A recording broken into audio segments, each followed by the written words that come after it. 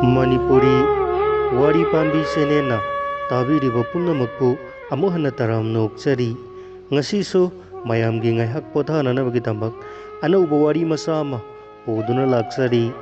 Wari masa asigi maming hinglingaigi ai amasung siraba ai. Wari masa asigi ai ibi Ningombam Sunita. Taminarasi wari masa hinglingaigi ai amasung siraba ai. Ayuk amadagi nungthil ama, nungthil amadagi numidang, adudagi ahing. Asumna asumak haukiduna tha taret henjilakle aina phamung asida ahongba amata yaudana hiblakliba. Ka asida phamung asida aina hanjin hanjin kayarak khankre aibu hingliba haibadura ikhong pali satpadi ngamdre. Aigi hai singlamba khut mahaksu lekthakre saning thangningba poktraba aigi isin sida sak chakhom amatang thangatuna hukpa phawba ngamdre. Kayada sonthakrabano ai thawai pali haiba tangai utup kumna tari aigi hakchang aduga asiba mahak naksilaboi diningi isagi asonba hakchang se uzaraga adubu mahak lakpa kauba leitre aingonda. Asibagi lambi una una satna satna asum tamkhri aibu laknari. Aigi sebada hainingba poklaktrabi aigi nupigi sajat aina uri. Isa singi matau ai khanglibani makhoinasu aibu hinghanba pamdrabani isamakna pamdabadagi hena adubu ai siba ngamde. Asibana aibu kauba tamak kawi manak tamnadi singsinde. Ngarang tani inakta phamduna aingonda chak inkhibado ai saningde ngak hairui. Mahakna atai thabak nangnanaba aibu pijanaba honabagi khoisaunabadudi uttana haikhi. Amuk kesanaranu se satcha thou khara chadanadi kadaidagi kalakadage. Ai saningdana sin ka thoi saningde haiba ngamde makhoina tawriba makhai ai yaba tabani maramdi ai wa ngangbasu ngamde. Mitkuptana mangonda yengki aigi miengdo kamdaukhibano khangde mapi ira selakhi hairai kari papno khangdreda ai. He Ishor asumna kaya koina aina yengduna laikhigadage aigi maisak hengalakhi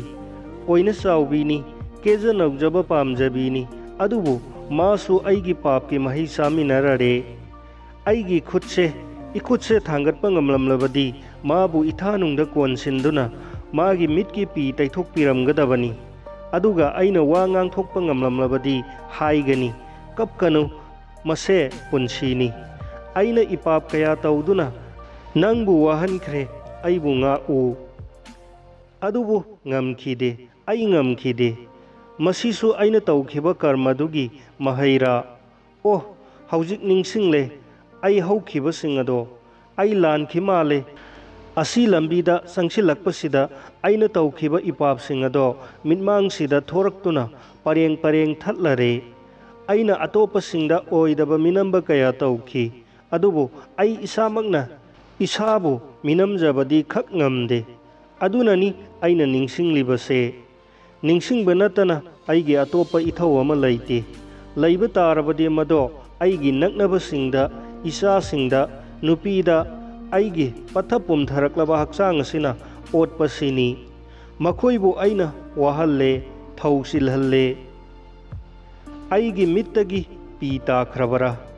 aigi nupigi khuirabi kucha sing asina pi ase taithokli male wazarabini aigi damak masa singidamak. Sahi matanga sunadana magi phibam yamna soksinkhre aise yamna lankhre. Aigi sebada chokthaba naidrabi mahakki makhutse laina laina aina atopagi khutpu mihauki. Mitsida mayak sengna uri ching ningoldo minok phajabido mabu phangnaba honabada aina tawkhiba aranba singado ai kaukhiba nate kaukhide. Phajabidugi nungsibatana ngauraba ching pakhang ado aina maral thangjinduna ꯖꯦꯜꯗ ꯊꯝꯈꯤ ꯑꯗꯨꯕꯨ ꯑꯩ ꯀꯥꯎꯕ ꯉꯝꯗꯦ ꯃꯥꯒꯤ ꯂꯃꯟ ꯈꯨꯝꯅꯤꯡꯕꯒꯤ ꯆꯥꯛꯂꯕ ꯃꯤꯠꯌꯦꯡ ꯑꯗꯣ ꯐꯖꯕꯤꯗꯣ ꯑꯩꯒꯤ ꯑꯣꯏꯈꯤ ꯅꯨꯄꯥ ꯑꯣꯏꯕꯒꯤ ꯄꯥꯡꯒꯜ ꯑꯃꯗꯤ ꯃꯤꯍꯧ ꯂꯥꯡꯅ ꯃꯥꯕꯨ ꯐꯪꯈꯤ ꯃꯍꯥꯛ ꯃꯃꯥ ꯑꯣꯏꯈꯤ ꯑꯩ ꯃꯁꯤꯃꯁꯨ ꯅꯤꯡꯁꯤꯡꯂꯤ ꯌꯨꯝꯗ ꯍꯜꯂꯝꯗꯥꯏ ꯃꯤꯀꯨꯞꯇꯣ ꯃꯍꯥꯛ ꯀꯞꯈꯤ ꯌꯥꯝꯅ ꯀꯞꯈꯤ ꯑꯄꯤꯛꯄ ꯑꯉꯥꯡ ꯑꯗꯣ ꯑꯩꯒꯤ ꯏꯆꯥꯅꯨꯄꯤꯗꯣ ꯃꯥꯁꯨ ꯀꯞꯍꯧꯏ ꯀꯔꯤꯅꯣ ꯍꯥꯏꯕ ꯈꯪꯗꯅ ꯑꯔꯣꯏꯕ ꯑꯣꯏꯅ ꯑꯩꯅ ꯍꯥꯏꯔꯝꯃꯤ ꯌꯨꯝ ꯍꯦꯛ ꯌꯧꯕꯒ ꯅꯈꯣꯏꯕꯨ ꯂꯧꯔꯒꯦ ꯑꯩ ꯆꯠꯈꯤꯗꯦ ꯆꯠꯄ ꯉꯝꯈꯤꯗꯦ ꯑꯩꯒꯤ ꯄꯣꯁꯇꯤꯡ ꯑꯇꯣꯞꯄꯗ ꯇꯥꯈꯤ ꯄ꯭ꯔꯃꯣꯁꯟꯒ ꯀꯣꯟꯅꯅ ꯑꯗꯨꯕꯨ ꯑꯩ ꯃꯥꯕꯨ ꯀꯥꯎꯈꯤꯕꯔꯥ ꯀꯥꯎꯕꯃꯛ ꯅꯠꯇꯦ ꯅꯤꯡꯁꯤꯡꯅꯤꯡꯗꯦ ꯌꯨꯝꯒꯤ ꯅꯨꯄꯤꯒꯤ ꯃꯥꯡꯗ ꯁꯃꯥꯖ ꯑꯁꯤꯒꯤ ꯃꯥꯡꯗ ꯏꯔꯥꯜ ꯂꯪꯖꯔꯕꯅꯤ ꯍꯥꯏꯅ ꯎꯠꯆꯕ ꯑꯩ ꯉꯝꯗꯦ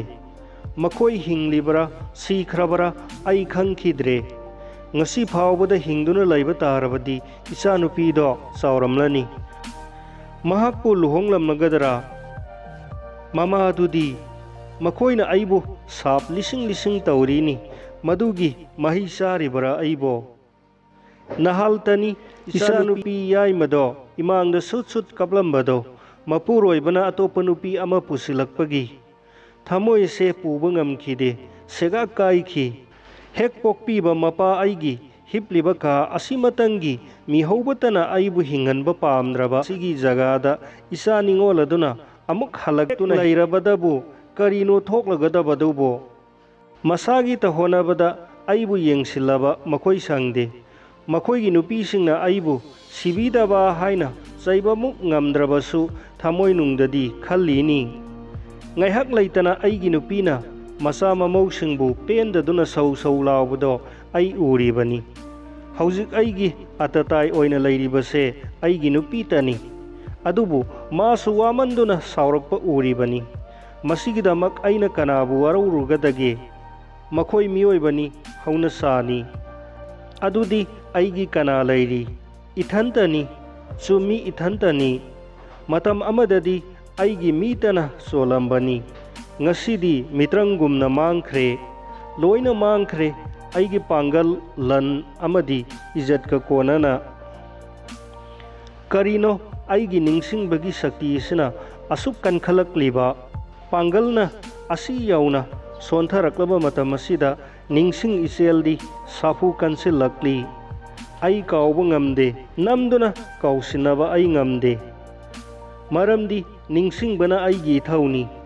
ꯂꯨꯈ꯭ꯔꯥꯕꯤ ꯃꯃꯥ ꯃꯆꯥꯗꯣ ꯎꯄꯥꯏ ꯂꯩꯖꯗꯅ ꯏꯈꯣꯡ ꯀꯣꯟꯗꯨꯅ ꯀꯞꯈꯤꯕꯅꯤ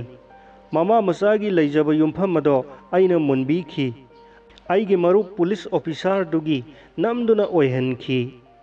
ꯃꯃꯥ ꯃꯆꯥꯗꯨꯅ ꯑꯩꯉꯣꯟꯗ ꯁꯦꯜ ꯄꯤꯈꯤꯗꯦ ꯑꯩꯒꯤ ꯃꯔꯨꯞꯇꯨꯅꯗꯤ ꯑꯩꯉꯣꯟꯗ ꯄꯤꯈꯤ ꯖꯨꯛ ꯑꯁꯤꯗꯕꯨ ꯁꯦꯜ ꯌꯥꯎꯗꯅ ꯀꯔꯤꯕꯨ ꯆꯠꯅꯕ ꯌꯥꯒꯗꯒꯦ ꯑꯗꯨꯕꯨ ꯉꯁꯤꯗꯤ ꯂꯨꯈ꯭ꯔꯥꯕꯤꯗꯨꯒꯤ ꯃꯤꯠꯇꯒꯤ ꯄꯤꯌꯥꯝꯗꯣ ꯑꯩ ꯂꯦꯞꯇꯅ ꯆꯤꯟꯊꯔꯕꯁꯨ ꯂꯣꯏꯕ ꯅꯥꯏꯗ꯭ꯔꯦ ꯃꯤꯠꯀꯤ ꯄꯤ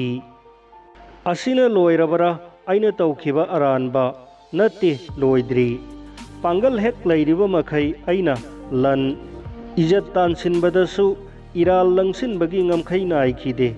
ꯃꯌꯥꯝꯁꯤꯡꯗꯨꯅ ꯍꯜꯂꯛꯇꯨꯅ ꯑꯩꯕꯨ ꯂꯥꯛꯅꯔꯔꯦ ꯁꯥꯟꯅꯕꯤꯔꯔꯩ ꯆꯣꯛꯊꯔꯕ ꯋꯥꯈꯜ ꯆꯣꯛꯊꯔꯕ ꯍꯛꯆꯥꯡꯁꯤꯡ ꯑꯁꯤꯕు ꯍꯟꯅ ꯅꯩꯍꯠꯂꯔꯤ ꯆꯩꯅꯥ ꯃꯌꯥꯝ ꯑꯁꯤꯅ ꯑꯩꯕꯨ ꯇꯠꯇꯅ ꯈꯧꯔꯥꯡꯕ ꯄꯣꯛꯍꯜꯂꯤ ꯑꯁꯤꯕꯕꯨ ꯑꯣ ꯑꯩꯒꯤ ꯋꯥꯔꯕ ꯑꯥꯇꯃꯥ ꯀꯩꯗꯧꯉꯩꯅꯣ ꯅꯪꯅ ꯑꯩꯒꯤ ꯗꯤꯍꯦꯁꯤꯕꯨ ꯍꯨꯟꯗꯣꯛꯄ ꯉꯝꯒꯗꯕ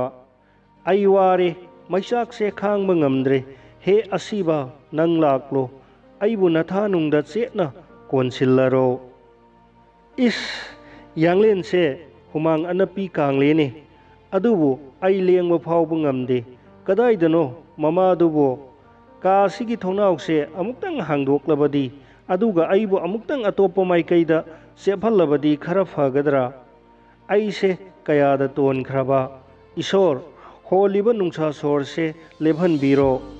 ꯊꯥ 8 ꯑꯁꯤꯗ ꯑꯩꯅ ꯅꯪꯕꯨ ꯅꯤꯡꯁꯤꯡꯗꯨꯅ ꯏꯔꯥꯜ ꯄꯨꯝꯕ ꯅꯪꯉꯣꯟꯗ ꯁꯦꯡꯗꯣꯛꯇꯨꯅ ꯂꯩꯖꯕ ꯄꯤ ꯄꯨꯝꯕ ꯁꯤꯟꯊꯍꯟꯗꯨꯅ ꯄ꯭ꯔꯥꯏꯆꯤꯠꯁꯦ ꯇꯧꯔꯛꯂꯤꯕꯅꯤ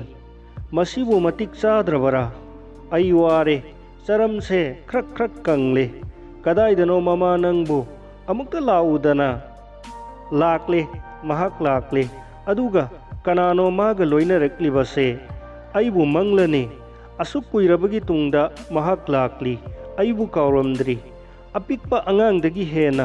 नौथरक्लबा थमोय सिबु फाजिंदुना महौसागुम माबु उबदा तरामना नोक्तुना ताचौबा हाइना कौबा ngamgadra नत्ते अइगी लयेंग फाजिनख्रबनी मिटकी पी मयाम असिना माबु कौबा नतना करी लैरी इबुंगो याम्बा लाक्ले करीनो अइगी इनाव सिना तौरमलिबसिबो ताचौबा नंगसु कपलबरा कमिनसी अइगी थमोइगी लोंदी नंगतना खंगबनी नंगना दीवाजखिबनी चिंगनिंगोल ममा मचादुगिदमक नंगना हाइखिबसिंग अदो अइ इनखिदे तौबिमल खंगदबा ओइख्रे अइ हायु चिंगचनुरा दुगी पाउ यावरकपरा अइगी इचानुपीना अइबु थिरक्लबरा ताचौबा अइगी पीना हंगिबसिबु नंगबु खंगद्रबरा इचा काइनबगी मई ngасidi mapan thokna chalakle karino paw amatangdi tamlammu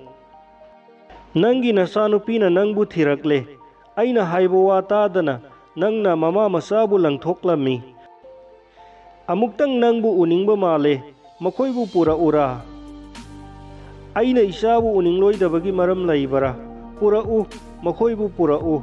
makoibu amuktang uzaraga saklaba thamoyese ingbra yenge wa ngang thamoy sina khumliba sibu nangbu khanglibara ta chauba aigi ngak haiba sigi marol nangbu khangbro kadai dagi masanupi kanagi mama masano haujipu mangumlam dai sida mau anuba muk lakhigadawri bro yaroi yum asida kana mataga puslakpa yaroi haiba sini aigi nupi su mangumlam da yoraba phawbada patapum dharaba aibu खंबलबा लेप्त्री संसार की मायादगी खजिकतसु लैथोरकपा ngamdri aidi magi oibadi hairunu isagi oiba phawba ngamdrabani tada siramdai sida asonba sibu amuk badnam tawbiranu ngangba sakpa ngamdre haiduna tadana hingam tawbiriba sibu karigino is aigi nupigi khonse yengune nangna khangdre mama नंगना ईश्वरगुमना थाजरंबा आइसे पापी ओइरमी आइंगोंदा अमुक्तंग येंगलाउ इस करीनो इचा मयाम इमौसिंग इसुसिंग इमांगसिदा लोइना लैरेने मखोय मयामगी खोइसाउनरबा अमदी अंगकपा मियेंग सिगी पाउखुम ताचौबा नंगना पीबा ngamgadra Ibungo मखोयगी वा आई लौदे नंगी थनुंगी मई आइना मैसा लांगदुना ता लाक्लिबनी